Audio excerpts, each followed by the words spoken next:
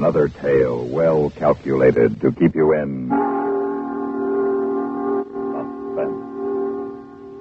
The Girl in the Powder Blue Jag. Written for Suspense by Walter Black.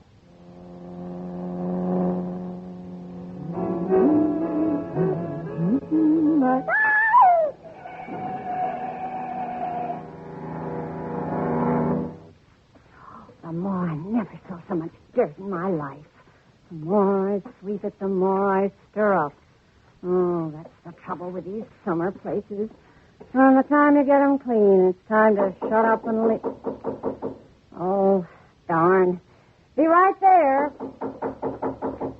I said I was coming. Now, what's the matter, miss? Can I come in? Well, sure. What happened? You had an accident or something? Oh, I cracked up my car just down the road. There's a big wall. The beach wall, yeah. Oh, I guess I must have been going too fast. The next thing I knew, I'd hit it. I must have blacked out for a minute. You got a family doctor you want me to call? I don't know. What? I don't even know who I am.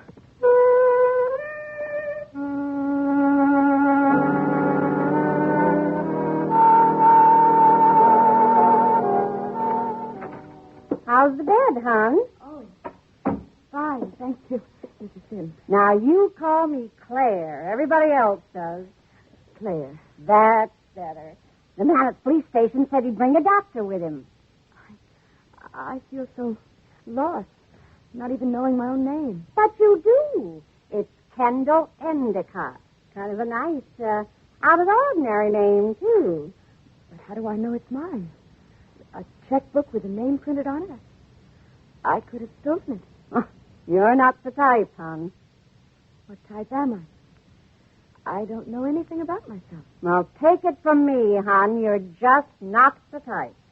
Besides, that car you were driving, that's a Jaguar. You don't buy those for cigarette coupons. Incidentally, you're lucky. All you need's the new front grille. Oh, thank goodness, that must be the police. Now, no more worrying, hon. We'll find out all about you now.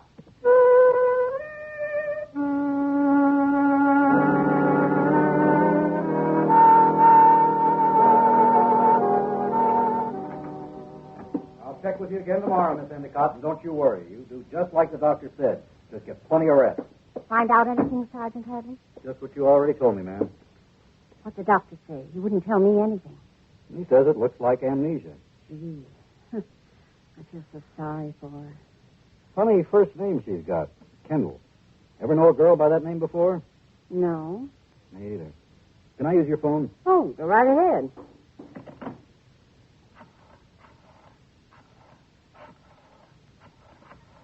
I got a hunch. I don't know if it's worth anything, but it doesn't cost anything. Hello, Standard? Let me have the editor, Mr. Jameson, please. He's a friend of mine. I've done him a few favors. Hello, Mr. Jameson. This is Sam Hadley at headquarters. Fine, thanks. You? Swell.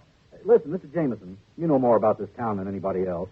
You ever meet anyone named Kendall Endicott? A girl? K, like in Kansas City. Yeah, a double L. Really? Well, yeah, sure. I'll hang on. Now we're getting somewhere. You know who she is? Well, not exactly, but he says the name rings a bell. He's going to check their morgue. The morgue? Newspaper morgue, lady, where they keep their records. Oh, well, for a minute, I thought... Yeah, I know what you thought. Can I get you some tea or coffee? Oh, don't bother.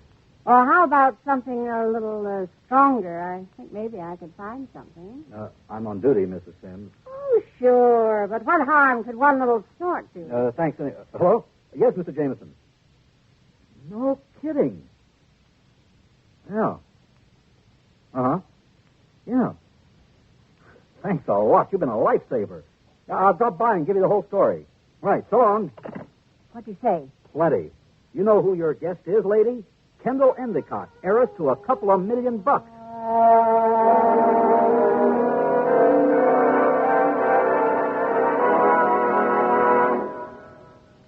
In just a moment, we will return for the second act of Suspense.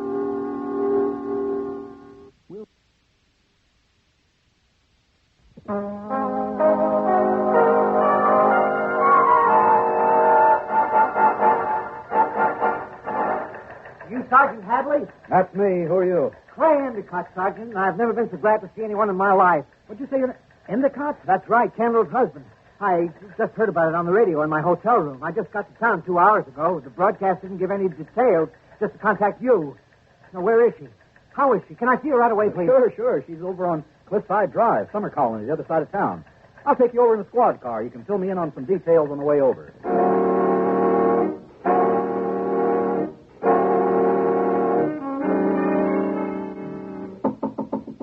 Is that you, Claire? Sure is, honey, and do I have a surprise for you? Look who's here, hon. Oh, you're the policeman, aren't you? Sergeant. Hadley, ma'am. How are you feeling? All right, thank you. But look who else is here, Kendall. I don't know what you mean. Your husband. My husband? Oh, Candy, baby. Oh, darling, I'll never forgive myself for staying that extra day in San Francisco. I should have been with you. You see, Sergeant, it's the first time I let her take the Jag out alone. It's an awful lot of car for a beginner to handle. Yeah. Mrs. Endicott. Don't you recognize him? No. Honey, it's me, Clay. You have to remember, darling. You don't just wipe out 3 years like that. Now think, darling. You were to meet me at 3:30 today here in town at the Waltham Hotel. We were going to the real estate office together. Now, please, darling, try to remember. I am. I'm sorry, but I can't. I can't. Sergeant. Yeah. Will it be all right if I talk to her a little while, alone? I won't be long. Up to her. Darling? All right. Maybe if I talk about us, some of it'll come back, darling. Now, we got back from Europe in April. Oh, no, I guess I'd better start. Gee, such a pity her not recognizing him. How'd you run into him, Sergeant? Other way around. He heard the 5 o'clock bulletin on the radio. Well, what are they doing here anyway? I mean, he said something about San Francisco. He says they came down to buy the old Murchison estate. Oh, what's that? Big place with its own private beach down past the yacht club. Oh, yeah, I've seen it from the road. Gee.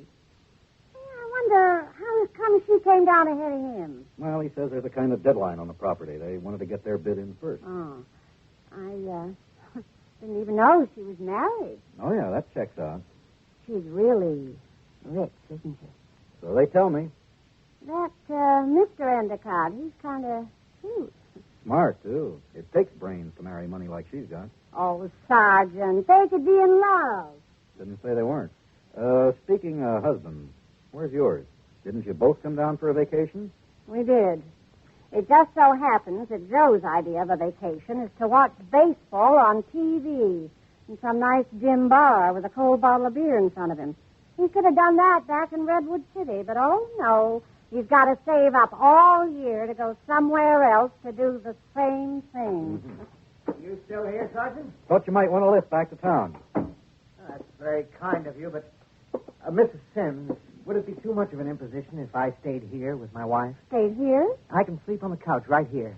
Naturally, I'd pay you for your trouble. Oh, no. Oh, yes. Why should you be imposed on for nothing? It's only that my wife feels at home here. I'd rather not move her unless I had Well, to. he doesn't, does he, Sergeant? Not up to me, up to you.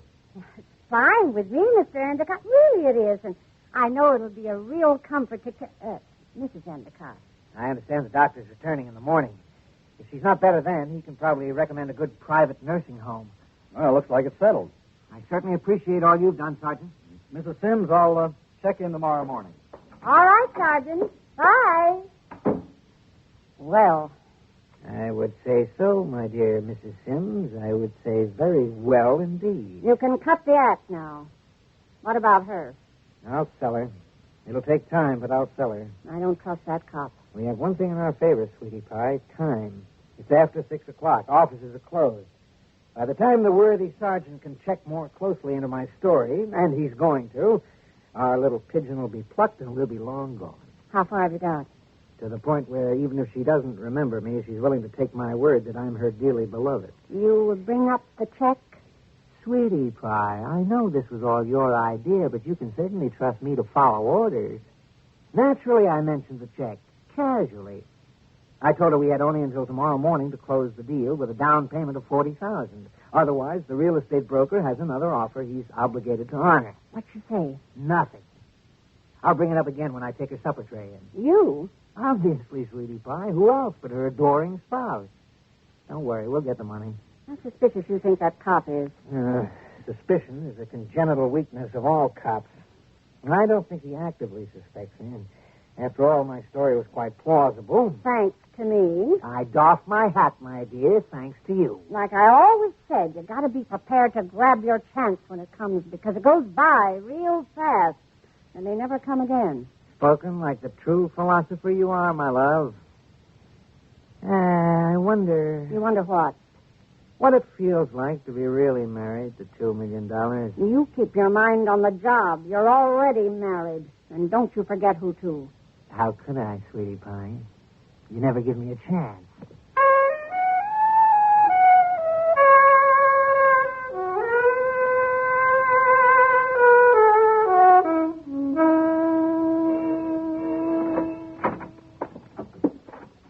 Enjoy your breakfast, my dear?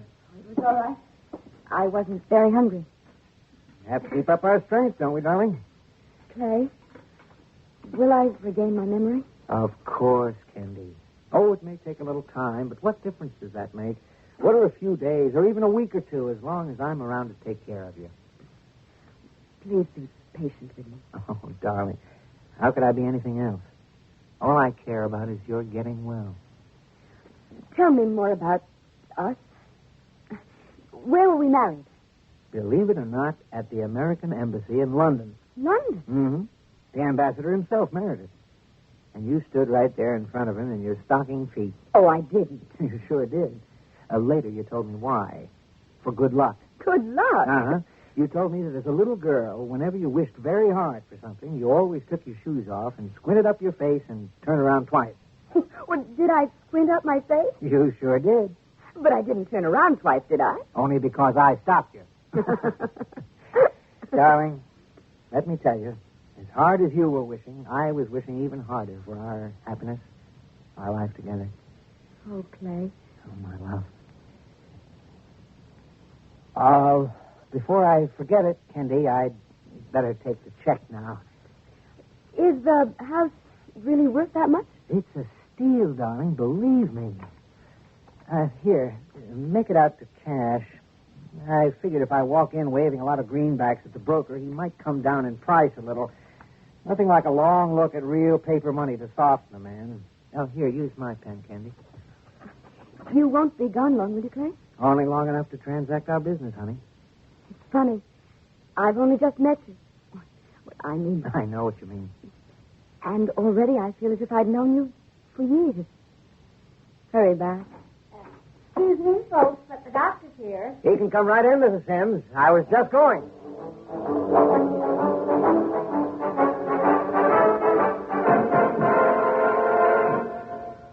In just a moment, we will return for the concluding act of Suspense.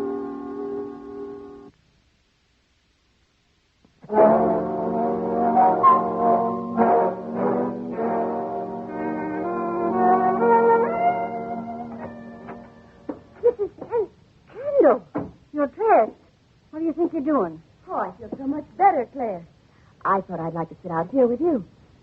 Clay's not back yet, is he? Well, he's probably on his way. You don't mind my being out here, do you? Mind? Well, of course not. It's just that... Well, did the doctor say it'd be all right? Oh, yes. He said it might do me good. What else did he say about your memory? He says my only problem is to get over the shock of the accident. Did he say when that would be? He thought very soon. Hi, Mrs. Sims. How's my... Kendall, what are you doing out of bed? Well, the doctor said I could, Clay. I feel ever so much better. Oh, great. Have you seen the real estate man? Sure. Just came from there. Did he reduce his price? No. He wouldn't budge. I'm sorry, darling. I'm not the judge of character I thought I was. Still, it's a real steal. Almost, anyway. Well, what are you smiling for? Because I'm so grateful to you. Well, nonsense. I haven't done anything. Oh, you're wrong, darling. Without you, I couldn't have done any of this. What are you talking about? Game's up, Mr. Sims. Or whatever your real name is. What? In words of one syllable, you've lost. Now, Clay, darling. Or is it Mr. Spence? I'll take that 40,000 that's making such a pretty bulge in your jacket pocket. But, darling, I told you You've that told me so many things, haven't you? The 40,000, please. Don't look at me. Oh, all right, my dear. As you guessed, I didn't actually turn the money over to the agent. I thought if we waited until you were well enough to see him, you might be able to get a better price. You don't give up easily, do you? I beg your The pardon? money. Here. You needn't bother counting it. It's all there. Oh, you don't mind if I run my fingers through it, do you? Who are you? How very discerning of you, dear Claire. You put your finger right on it. You mean she's not Endicott? That's exactly what she means, darling. I do have to be on my way, but why not tell you? Especially after all your hard work. My name is Taylor, Ruth Taylor. I'm Mrs. Endicott's private secretary. Convenient, huh? Oh, she's still in New York. I came on ahead.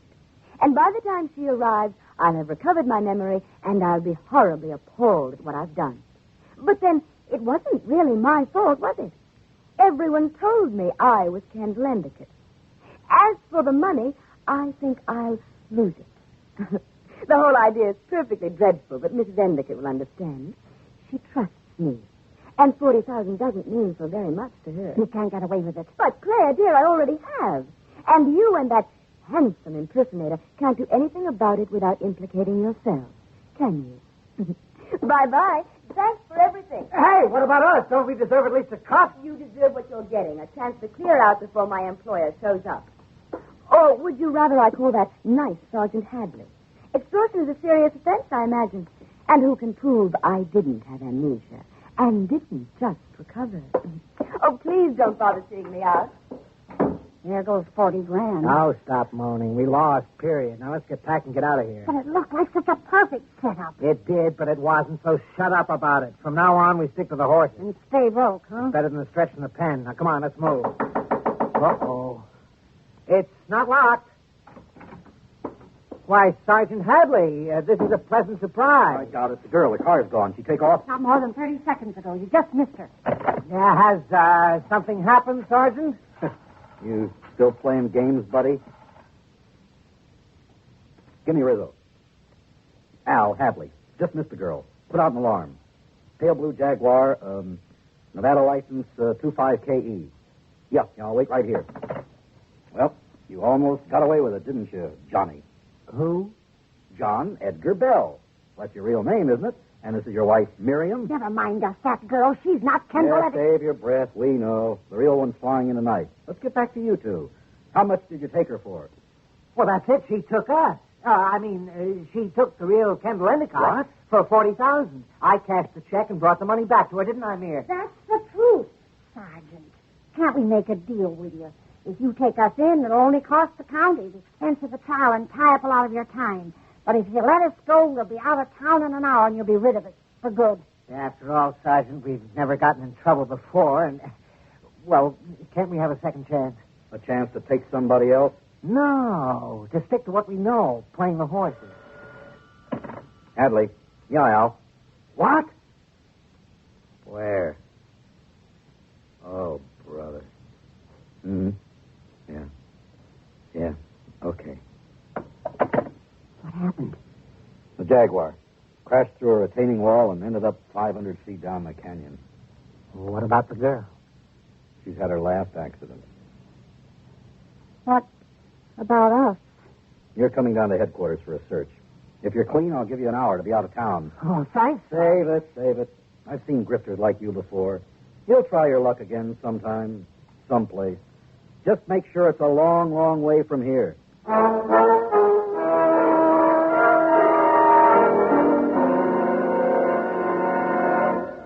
Suspense.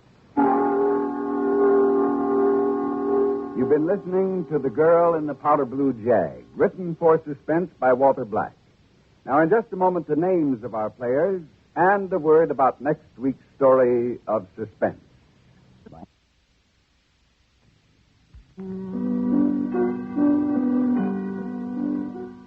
Featured in tonight's story were Rita Lloyd, Jane Rose, and Bob Dryden. Listen again next week when we return with another tale well calculated to keep you in Suspense.